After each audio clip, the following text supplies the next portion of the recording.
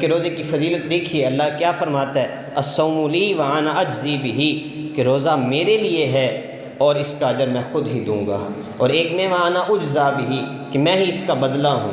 یعنی روزہ ایک ایسی عبادت ہے جس میں ریاکاری نہیں ہے، کیونکہ باقی کوئی نماز ہے نا، کوئی عبادت ہے، نماز ہے تو اس میں کرنا ہے، سجدہ کرو، رکوع کرو، زکوٰۃ دینی ہے تو مال دینا ہے، لیکن روزہ ایسی عبادت ہے اس میں چھوڑنا ہے، بندے کو کھانا پینا چھوڑنا پڑتا ہے، صحبت چھوڑنی پڑتی ہے، گناہ چھوڑنے پڑتے ہیں، اس لیے روزہ ایک ایسی عبادت ہے، اس لیے رب فرماتا ہے کہ باقی جو ہے عبادتیں ہیں ان میں بدلہ ثواب ملے گا، لیکن جو روزہ رکھے گا اسے میں خود ہی بدلہ دوں گا قیامت والے دن۔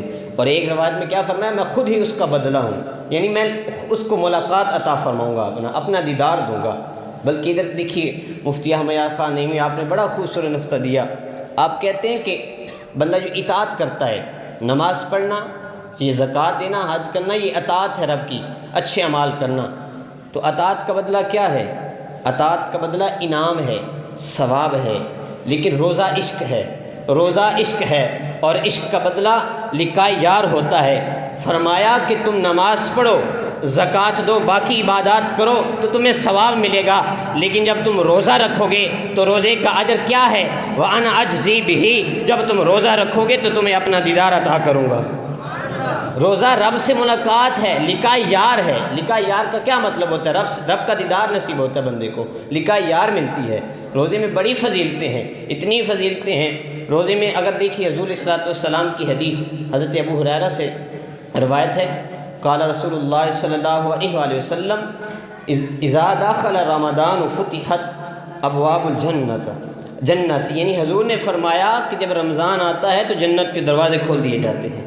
رمضان کی اتنی فضیلت ہے کہ جنت کے دروازے کھول دیے جاتے ہیں۔ اور ایک روایت میں وفی روایتی فتحت ابواب الرحمتی، فرمایا رحمت کے دروازے کھول دیے جاتے ہیں۔ اور ایک روایت میں فرمایا فتحت ابواب السماء، آسمان کے دروازے کھول دیے جاتے ہیں۔ وغلقت ابواب الجہنم وسلسلۃ الشیاطین، فرمایا جہنم کے دروازے بند کر دیے جاتے ہیں اور شیاطین کو جکڑ دیا جاتا ہے۔ اب شیاطین تو جکڑے گئے، لیکن اگر اب دیکھیں کہ رمضان میں کوئی گناہ کر رہا ہے تو وہ کیا ہے؟ لوگ بہانہ بناتے ہیں، جی شیطان گناہ کرا دیتا ہے۔ رمضان میں تو شیطان جکڑ دیا گیا، پتہ چلا یہ تیرا اندر نفس ہے جو تجھ سے گناہ کرا رہا ہے۔ اب شیطان تو ہے نہیں، ہاں شیطان بندے کو وسوسے ڈالتا ہے، لیکن شیطان تو چلا گیا، لیکن تو نے اپنے نفس کو ہی اتنا طاقتور بنایا ہوا ہے کہ تجھ پر رمضان جیسا برکتوں والا مہینہ بھی فضل نہ کر سکا، تو نے پھر بھی گناہوں کو جاری رکھا۔ تو اللہ سے دعا ہے اللہ تعالی ہمیں گناہوں سے بچنے کی توفیق عطا فرمائے، اور اتنا خوبصورت مہینہ آ رہا ہے اس کا استقبال کرنے کی توفیق عطا فرمائے۔